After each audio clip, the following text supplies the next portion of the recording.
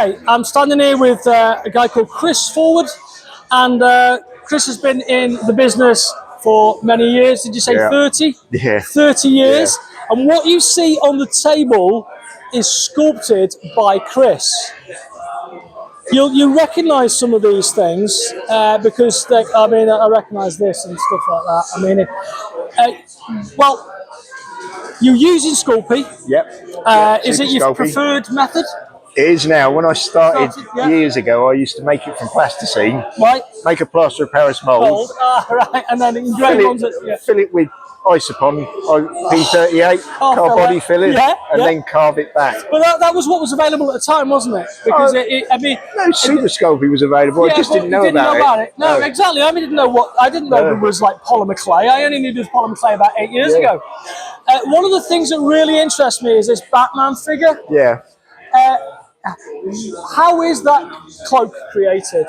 The figure was made, and then I inserted welding rods into his back and shaped him into the curves, and then hung an old T-shirt on it, put fiberglass resin on it, let it go hard, and then used isopon P38 again to So get is the this detail. a one-off sculpture? No. It's not commercially. Is it commercially available? It was originally Star Wars Emporium. Right. Okay. Was selling it. Right. That is one of the kits. So that's one of the kits. Yeah, but and how did they manufacture that how did they repeat it? Was it vacuum formed? Was it how was it done? I believe it was. They use a skin like of clay, right?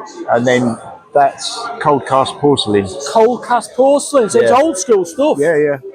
Can I just tap it with my fingers? Yeah, of course you can. You pull his head off.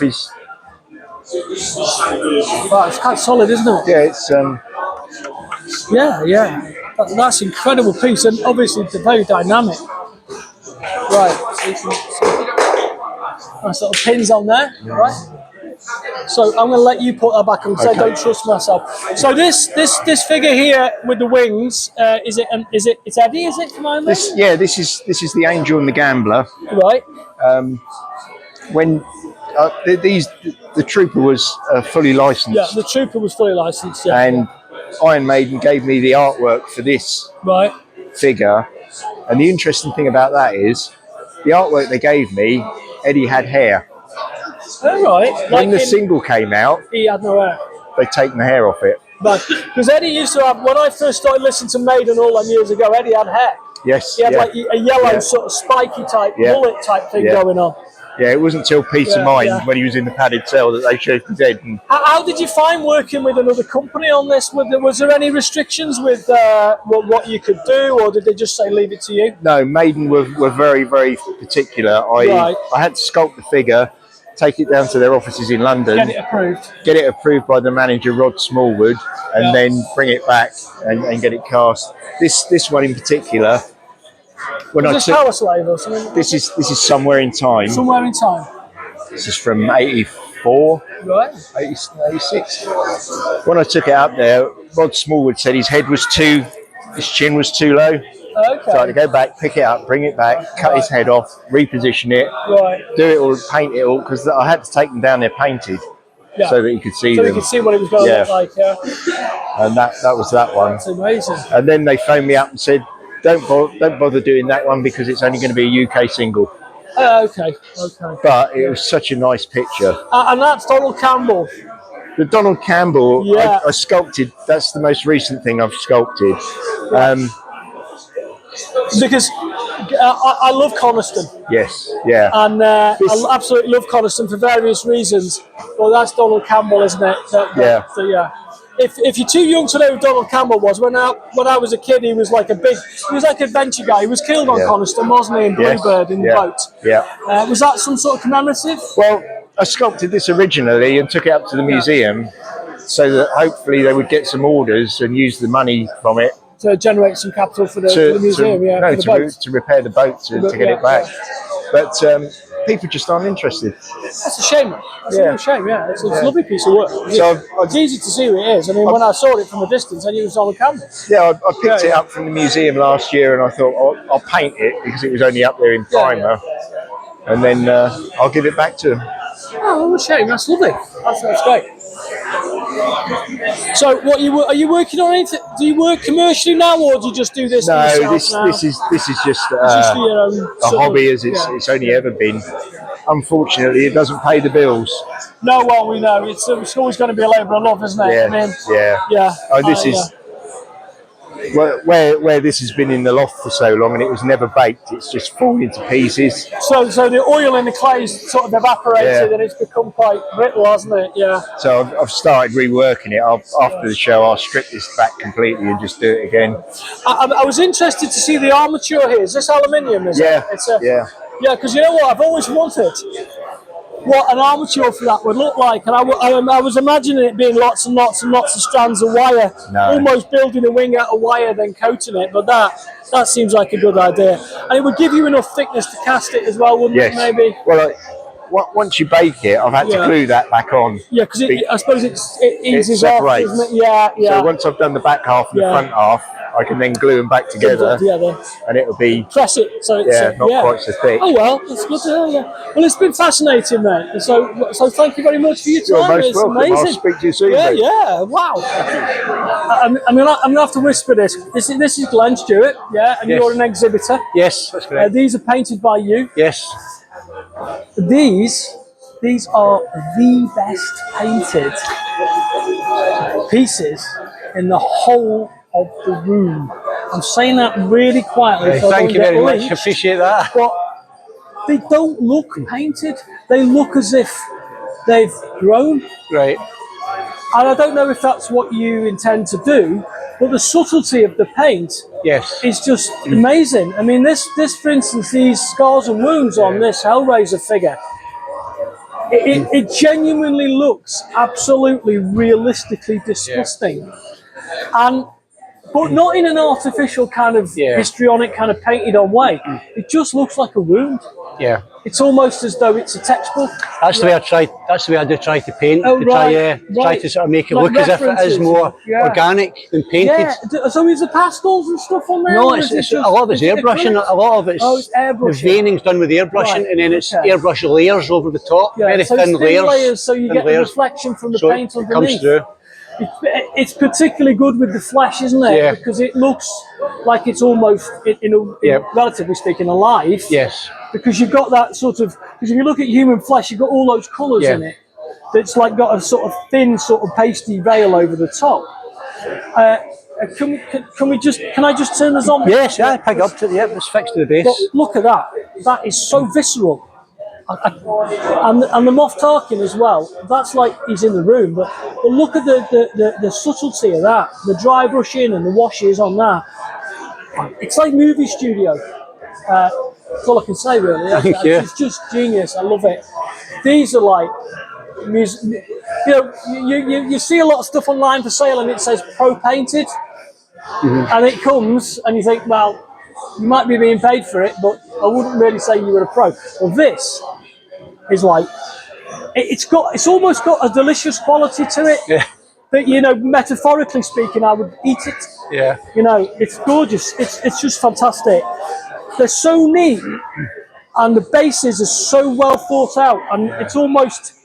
I mean, would you describe yourself as obsessive when it comes to modern? Yes. I can tell. It is. I can see your wide eyes. Yeah. The base is part of the model. Yeah. It's not just something you add on. No, it's got to be proportional and everything. Yes. Yeah. So, these are just great. That penguin on top of it, is it Felix the cat underneath that? Is it Felix? It's the logo from the film. The logo from the film. Yeah, that is just beautiful. Because even with something like this, which is almost like it's almost like comic book style. It's like almost like Killing Joke thing, isn't it? Yes. And even that is, even though that's like ridiculously proportioned, it still looks like it could be alive. Yep. Yeah, that's amazing. Absolutely. Eyes? Did you paint those by hand, or did you? They're actually done with a pencil. Pencil. Acrylic pencil. Acrylic pencil. A couple of different colours, and then just try to get some sort of texture into them. Yeah, that's good. That's good. Because my arm would be. Yeah. It'd be all over. Yeah. Oh, these are great. These are like super. I don't think it's possible to do any more on these. I don't think if I went, I often look at something and say, that's really good, but you know, if it was me, I'd have done this or done that. But when I look at these, I think, no, it's escaped me. Yeah. Yeah. Well, thank you, Glenn. No, thank you very much. Yeah. Thank you. And thank you for persevering. This is Mary. Thank you for putting up with it. Thank you. Cheers, how are you doing? Nice to meet you. You're a regular, aren't you, here? Yeah, I think it's the 15th one, I think. Well, we've done them all, however many. And these are your paint ups, aren't they? Yes, I'm selling this stuff, but these are me display. Well, my friend Dave Long just did. So a couple of them are his, the rest are mine. Right. So yours is the Queen Alien? It is. Yeah. How did you find that? It's a lovely kit, isn't it? It was a challenge. Yeah. Not least because just the sheer size of it, trying to rotate it and all that. Yeah. But I got Dave to print some teeth, the clear teeth. So the clear ones, from the resin printer. Yeah, I think it just puts it up a notch. Yes, it does. It does. Yeah. It's got that kind of slightly crystalline sliminess to it. It came with the resin side pieces, but I got them all. Yeah, as a favour, he did them all in clear, and I think it's just. And this is the Ray Harryhausen tribute from a couple of years back. Yeah, so that's a lovely job. I mean, it's a resin figure, resin chair. Yeah, printed all the parts. All the creatures are 3D printed. I love the Hydra. Yeah, that's superb, isn't it? Yeah, and it was a little kit in itself. Each little piece was like a little kit. It's almost like a mini kit, isn't it? Yeah. And it's the same with these new Winston effect. Which I'm yet to get it's the Winston effect is very big. We were saying that the other day, and of course my favourites. That's my friends. I've never tried grayscale, but I think Dave's pulled it off. Yeah, well the grayscale's superb on that. I mean, I like it. I mean, it's just so evocative of the actual the actual pictures themselves, isn't it? Definitely, and I love the way he's got the base. Well, that was Pete's bases. It was from Pete's, Pete came up with the concept. Just which of these on here? Which one of these is yours that you enjoyed in particular? This is mine. This is mine. That's mine. Oh, the Diana from V. Yeah, we were talking about this the other day. It's quite an old kit, isn't it? It's quite heavy for the size of it. Yeah. Solid resin. Yeah. Solid resin. It was originally put out by Fantasy Realms, but it's long gone. Long gone, yeah. Sean Cale Studios. You see, I really like this one. It's a lovely little kit, that, isn't it? I love the style of the base with a tail in Jonesy. He's done Parker to go with it. You get the chest burst instead of Jonesy, but it wasn't finished for the show. Of course, Judge Death. Yeah, is that yours? No, these are Dave's. Oh, right, okay.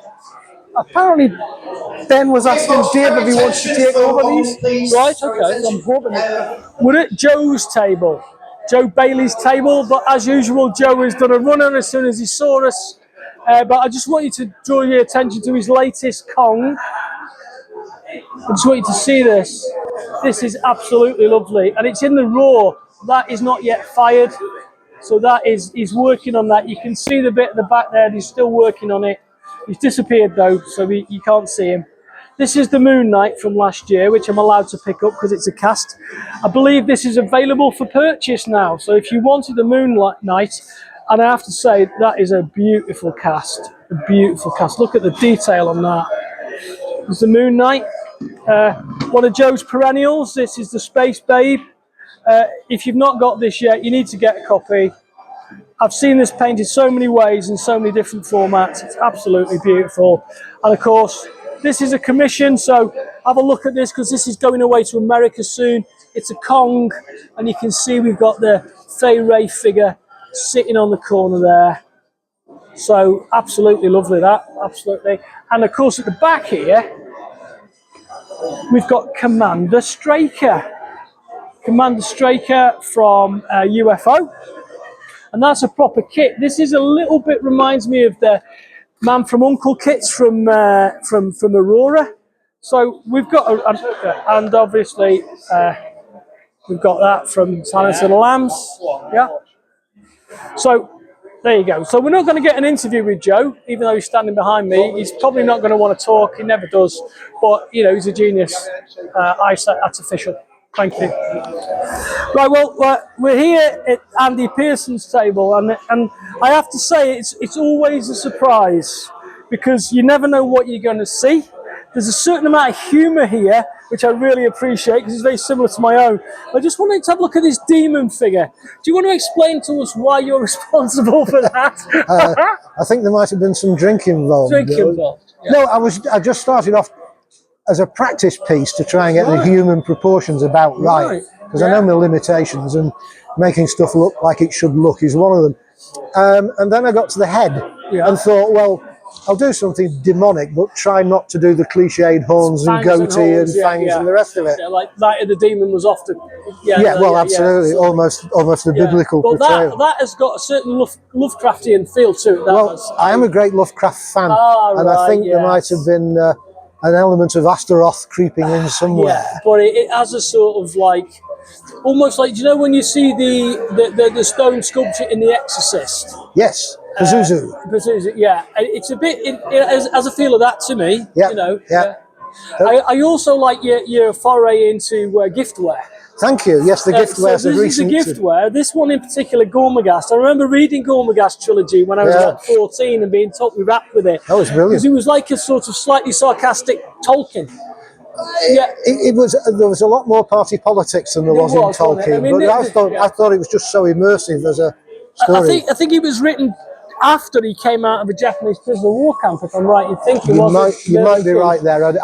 He did some beautiful drawings of the life in the camp, if you can call them beautiful. You're absolutely right. I remember the drawings. I hadn't made the association. Yes, Mervyn Peake was an all-round. Because he was a bit of a cartoonist as well, wasn't he, in a sense, an illustrator. Oh, as an illustrator, he was astonishing. Yeah, the line work he did. And so obviously we've got Summer Isle. This is what do they call graboids? Graboids. It's a graboid, isn't it? It's a graboid. Yeah. We've got some classical Greek stuff here as well. We've got Ariadne. Is it Ariadne? Yeah. She's Ariadne turned into a spider by Athena. And this is my favourite this year. Oh, there's flattering. There you go.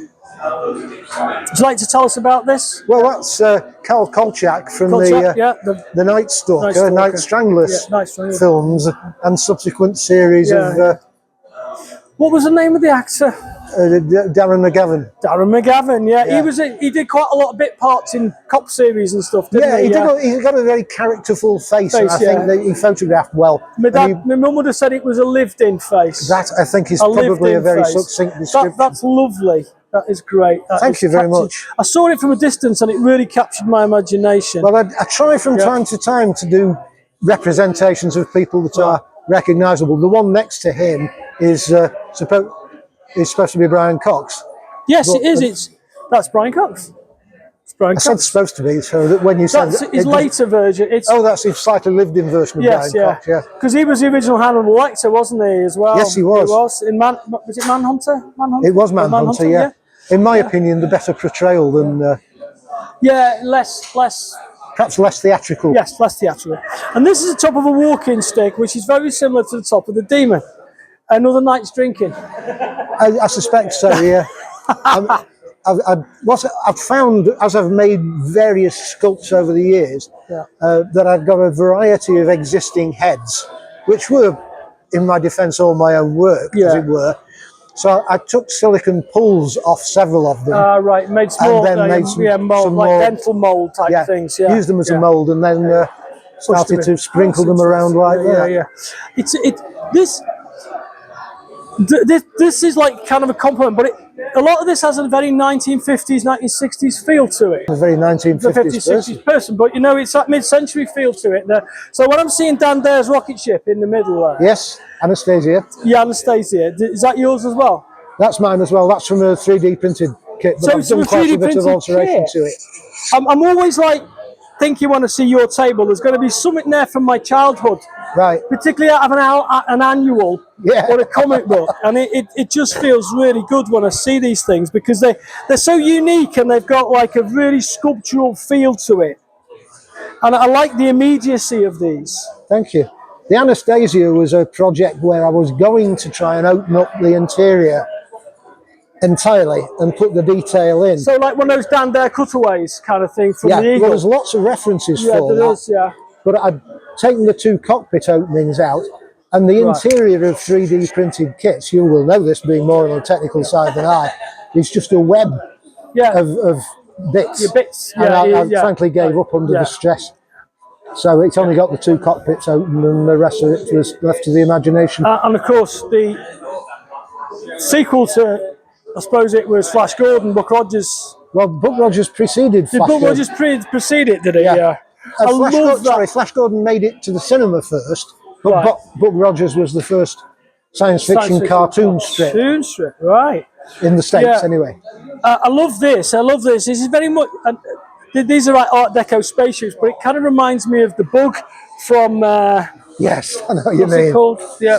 Red Dwarf. It looks like the Red Dwarf Bug, but I love these things. Well, I bought those from Dave Nicholson.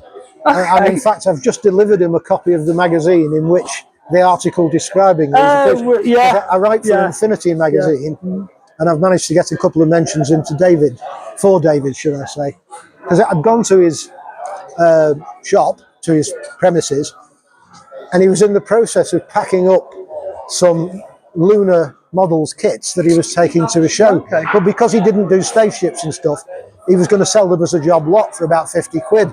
Okay. And I said, David, no, because they were all from the late 80s. And, right, so I mean, were they solid resin or? They were all resin. Yeah. But he let me buy those at the original price for being a smart aleck. Right. That's always good to be a smart aleck. As a teacher, I believe that everybody should try their hardest to be a smart aleck. I think you're right. Yeah. Right, we've stumbled upon this. There's me, there's Andy, there's Paul in one place. They don't want to be interviewed. He doesn't want to speak. We don't want to make any mistakes. Have you got anything to say? Anything at all? Life, the universe, anything? Finance? Life's great. Life's great. Finance is terrible. Always an issue. It's always an issue. So I'm just going to just say hello because I didn't want to walk past. I wanted you to see the faces of the people that make the kits you love. Okay? Thanks, lads. Thank you very much. And also the man behind the camera that makes them. Yeah, that makes them. Ready? Okay. This is Mark and he's Only Fools and Horses expert. So this is your first year here, isn't it? It is, yeah. Well, you've been dealing with Dave for a long time, haven't you, in terms of... probably 5, 6 years now, maybe longer. And most of these are sculpted, if not all of them are sculpted by Joe Bailey. Yeah, Joe tends to be my go-to person for the piece. Yeah. And he does a really good job. He tends to get the character and the mannerisms and everything about it, the features, spot on. So, in terms of sales for these, is this an online business or do you sell through outlets? Or I've got like a small website, but I do through like eBay and Etsy and so on. And I have a lot of regular customers who just say as soon as a new piece comes out, let me know. You know. Yeah. So this is real. This is fandom. This is collectibles. Yes. This is like you've got a repeat business from specific people that you probably know quite well by now. Yeah, absolutely. Yeah. And it's almost like people have a bit of a moan at me and say, "Will you stop making them because I have to keep buying them," which is great, which is a nice complaint to have. But which is your favourite piece? Favourite piece has to be Grandad in the armchair. I was saying earlier on, was I to Gaynor? Is Gaynor? I was saying to Gaynor, I remember going round a couple of times in school holidays. Yes. And sitting there and undercoating. Really? Oh, right. And Grandad was one of them. And I remember seeing her painting the chair and thinking, I am so glad I'm not having to paint that chair over and over again. There's a few pieces that I think Rachel doesn't look. Yeah, I was going to say just look faulty. Dreads probably is. It's probably the Grandad in the armchair. The trigger with the dolphin, and the Batman and Robin because of the colours. It's classic, isn't it? And I think also now possibly the Gary with the in the dressing gown as well. Oh, right. Just purely because of the detail. And getting the reds, the layers of red and the yellow and so on. Because Del Boy's got such good taste in his attire. You know what I really like about some of these is obviously the Del Boy in the traditional sort of sheepskin jacket. Yes. When it's painted, looks delightful, but the grey one almost looks like a piece of art, doesn't it? I think the grey one actually shows his features better than the painter. You can actually see it really well. I think it's fantastic. I think it is. It's superb. Yeah. He's really got the Rodney posture, hasn't he? That sort of nice sort of haunch. That is amazing. That's amazing. So do you see this as? Do you think there's ever going to be an end to this? It's very difficult because there are still characters that I haven't brought in, and some of them are peripheral ones that only have done. A lot of them only did one episode and famous for it. Yeah. But like you look at like Jolly Boy's Out, and then there's other characters in there that again, that's the iconic episode of all for me personally. And there are still some characters in there that I want to introduce. But people always say, "Oh, can I have some more of the Uncle Alberts and stuff?" We want the old favourites.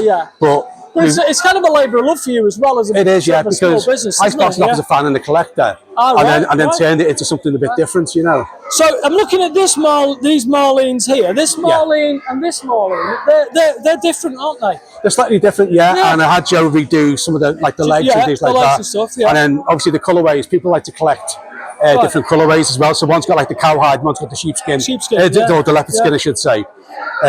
It's actually because is that available as a complete kit? So the Bugsy Marlin and Duke is available as a kit, that's really good. I mean, the detail on the dog, the detail on Duke is fantastic. Joe does that. Have you seen the little version of Charlie? He's done. Oh no! Next time you're in the workshop, come and have a look at the little Charlie. The chow. It looks beautiful. But that is superb. You can do playing kits for all. All of these are available as playing kits. But as you say, so these busts are they Joe's as well? I don't think they are Joe's. No, I'm not quite sure because they were an existing set that Dave had, and I took over the molds from Dave. So I'm not sure that they. I don't think they were Joe's. But they're one of the older sets. And these larger scale ones, are these the newest versions, or are they the older versions? Or? I mean, that was a traditional one that Dave had initially. That was kind of added later on, and then it was kind of all redone to make sure because the colour of the bar was different. And originally when Dave did it, it was a lot lighter. So we've kind of made it uniform. So anybody, that was a new piece. That was the second piece I think I commissioned with Dave because that was always my favourite, Trigger with the dolphin. The shirt. I can remember Rachel doing I stayed in a motel, but I didn't tell them I'm with a car. Oh, good idea, Trig, So the lines are brilliant, aren't they? But that's absolutely super. But this still remain my favourite character and favourite piece so far. Is the original Grandad in the arms, with his apple cup, That's lovely. That. Superb. You're gonna. Right, you ready? Yeah. Well, thank you, Mark. Thank you very much. Thanks for stopping by. Yeah, thanks for coming. Yeah, it's nice to see you here. Now, obviously we met before, but this kind of puts two faces to the whole thing. Yeah. And next time I go in and see one of these things, I'll know where it's going and what's going to happen to it. Well, thank you very much. And there'll be a few more probably added by then as well. Yeah, definitely. Yeah. Okay, here we are at Paul Willitz's display. Paul doesn't want to be filmed because he's an alien from outer space and it will show up on the film. So we're going to avoid filming him. But I want to just draw your attention to this because this is an incredible opportunity. This is seeing Paul's work in the process of actually building it using air-dried clay, which is having touched this stuff, I just can't get it to do anything other than sit in a block.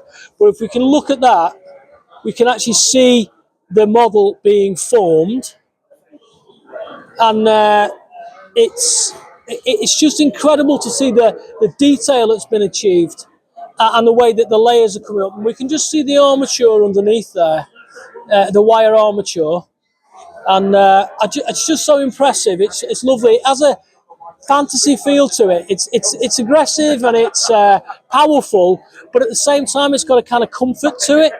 So I just thought I'd point that out. And these were the things we first saw last year, which are amazing. These rotating TVs. I'm not sure if I can. Yes, they do rotate. I'm just rotating it. I'm sorry, Paul. I'm turning it. It's the chef now. Okay, but you've got a whole range of these lovely TV sets, and I think the original idea came from the Saw films. Is that right? Yeah, that was the first one. Was the Saw, and then we've got these now. Can I just? I mean, these are just great, but this is the first piece of Paul Willitz's work I ever saw, and I keep returning to this piece of work because I think it's one of the most sculptural, one of the most delicate garage kits I've ever seen. It's the female samurai, and I can imagine this is, if you can imagine this cast in bronze and in the Victoria and Albert Museum, you wouldn't be surprised. I mean, look at it. It's a piece of art. The delicacy of it, and the samurai helmet and the mask which goes on, it's just a thing of beauty, isn't it? I just love it. The armour's accurate, the delicacy of the forms, and the slenderness of the wrists, and the position of the hand about to put the mask back on. I just can't get over it. I just think it's marvellous. And also, you got the odds and ends here that always kind of catch your eye. We got the Dobby. Just turn that around, you know. This is kind of like, I don't know. I mean, I'm not going to offend Paul by saying it, but I think we're seeing the output of somebody with a labyrinthine mind there. So it's just whatever comes out. Yeah, it is. It is, but whatever does come out is fantastic. And can we just get the Banana Man? Because I love this stuff of Paul's. Is this slightly comedic stuff, particularly the British cartoons, and we've got. Is that available at the moment? Is it? Yeah. The Count Duckula. Yeah. I mean and the trapdoor. I mean, these are on previous videos, but it's worth seeing them in the flesh, isn't it? Look at that. It's incredible. Absolutely. Yeah.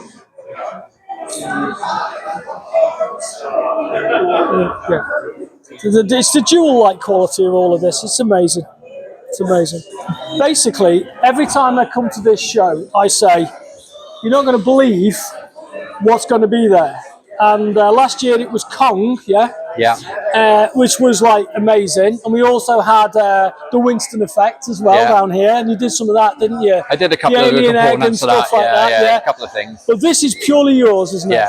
Yeah. This is, to say that this is magnificent is an understatement, because I don't even think Geiger would have conceived something like this, because I always find Geiger's work, Geiger's the guy who designed the Alien years ago, wasn't it? His work is quite flat, isn't it? It's quite tomb-like. Well, this, the contrapposto, the way that this fills the whole space, and it's got so much. It's got the alien, it's got the eggs, it's got the background, it's got a little bit of mechanical stuff around the side there. It just covers all the bases. What was your inspiration? Me and Dave have this little chat about, we done Kong last year, we got to do a big one. Yeah. We threw a few ideas at me about an alien of a hive, okay. Yeah. So I drew this alien crawling down the wall in my sketchbook, not thinking too much about it, how difficult it would be. So you start with a sketch for these things? Sometimes, yeah. I'll do a doodle in my sketchbook, I send it to Dave. I've even done things like, there's an app called Nomad Sculpt, the 3D sculpting app, on my tablet, and I just get a basic human form and mess around with the pose, and I send them to Dave. Those, once into the painting competition, is at 12 o'clock, so you've got 30 minutes to get your entries in, and as I said before, it's £2 per piece that you intend to enter into competition, so you've got 30 minutes if you want to do that. Okay, guys, so that's 30 minutes time at 12 o'clock. Thank you. Because every bit of this has got detail on. That's when it closes. So if you're not putting your interest in by 12 o'clock, you won't be able to. So it's between now and 12, so you've got 30 minutes. We could edit this. That's when it closes. So every bit of this has got some detail on it, hasn't it? Yeah. Back, front, side. I think even if we get in with this one there, you see, we've got these figures that are entombed. We've got the chest burster there. Yeah. In fact, this is Alien. This is every Alien concept in one sculpt, isn't it? Yeah, that's kind of what I was going for. I kind of wanted this guy to look like he's been here a while as well. I imagine a hive growing further around him. I kind of wanted to capture a bit of Giga's paintings as well. That really morbid, grimy sort of. So is this a particular Alien from a particular movie? Is it Aliens 2? Is it Alien 3? It's based on the Alien Warrior from the second one. From the second one, But what I have to do, because in that movie they used guys in stunt suits, they had animatronics, and they made these 8 foot tall posable dummies. Right. And each one looked completely different when you really look at it. Yeah. For different purposes. So I took that on board, and I also looked at the video games, the computer games, look what they've done with the character. So the tail is very inspired by an image I seen in a comic book. Oh yeah, yeah. So it's not quite the same. Yeah. It's not quite the same as a movie, but, it works. But it basically captures the essence of all the good bits. Yeah. Well, you know what? I mean, so I said to Dave as well. I want to make this look like a creature, not a guy in a suit. So I've adjusted the proportions, elongated the arms and legs and things. It's interesting. It's interesting to see these wound metal pieces. Yeah. So you've actually wound those yourself with a drill. I think that's what you were saying earlier. So some of this and this copper here. Yeah, it's copper wound around aluminium wire. Yeah, it's beautiful. Well, thank you very much. We'll have to get back to you before the end, but it's a pleasure once again. Yeah, absolute fantastic year. Okay, so here we are with Darren Kent, and we can see his table there. He's got some interesting stuff on. I've been seeing these things come through the workshop over the last couple of months. Yeah. You seem to be having like the best. If you were a footballer, this would be the best season of your life, wouldn't it? Right, because everything that you're putting out is absolutely off the scale. Thank you. Yeah. So can we? So. The clicker, that is absolutely fantastic. Yeah. So obviously inspiration is the TV show, isn't it? Yeah, well, it's been mentioned to me a few times over the last few years. Oh, why didn't you do a clicker? Well, you should do a clicker. You haven't done a clicker. I'm not really into gaming. No. I was familiar with the zombie. I'd seen images of it. And obviously when the TV show came out and the popularity grew where people were not gamers, it's like, right, time to do a clicker. So I looked into it, and the whole concept is fascinating with cordyceps.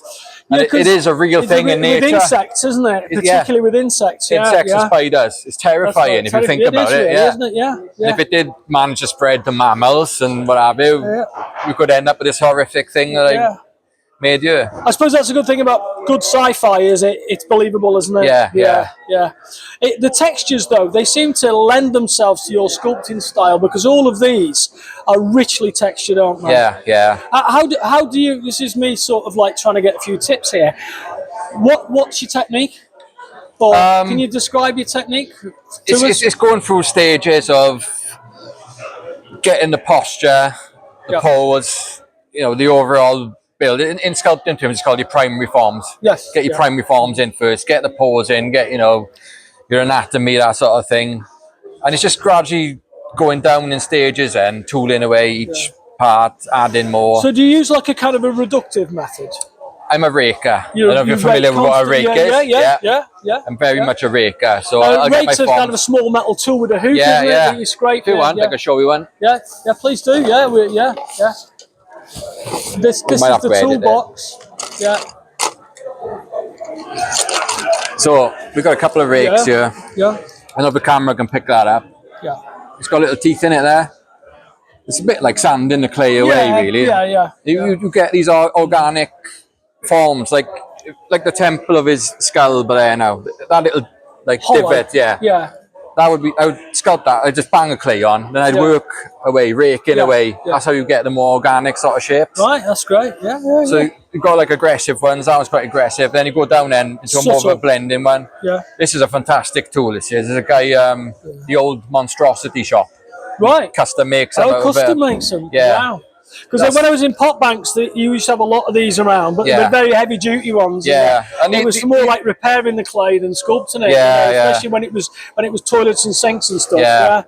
Yeah. So that's the old monstrosity makes them, and I make my own. So that's just a piece of brass with some guitar strings in there. That's more your finer rakes, and when you start getting down then into the more. So this is a wound string. It's a guitar string. Yeah. So it's like it's got a bit of texture on it. Yeah. Right. It's a bit. If you think of it as sandpaper, that's your coarse, that's your medium, that's your fine. Fine. Yeah.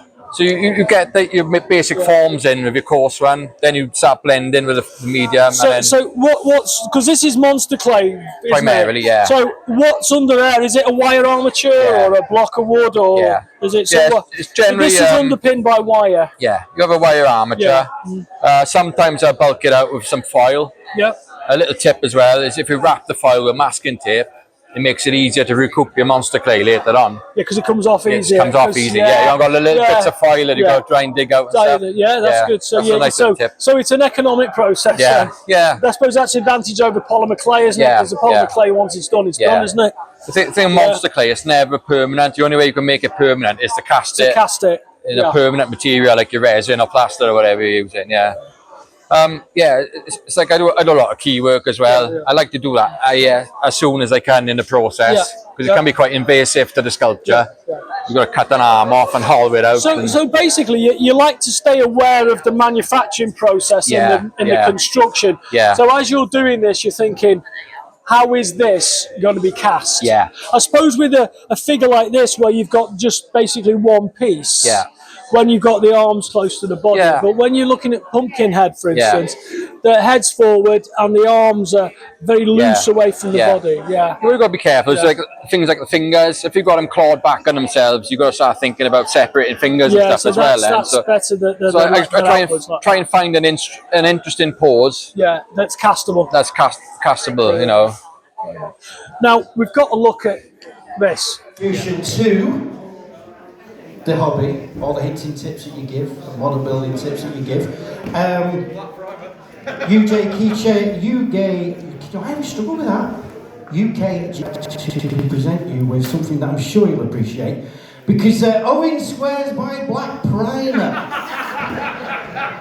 So yeah, black primer matters. It don't matter that flesh tone's impossible once you try and paint over black, but he swears by it. It's alright if you're painting Samuel L. Jackson all the time, I suppose. But there we go, this is for Owen. Yeah, well done, Owen. He's a great guy. I picked up so much advice and help off Owen over the last few months. So there you go, buddy, that's for you. Thanks, guys. Alright. Cheers. Alright, mate. I'll speak to you later.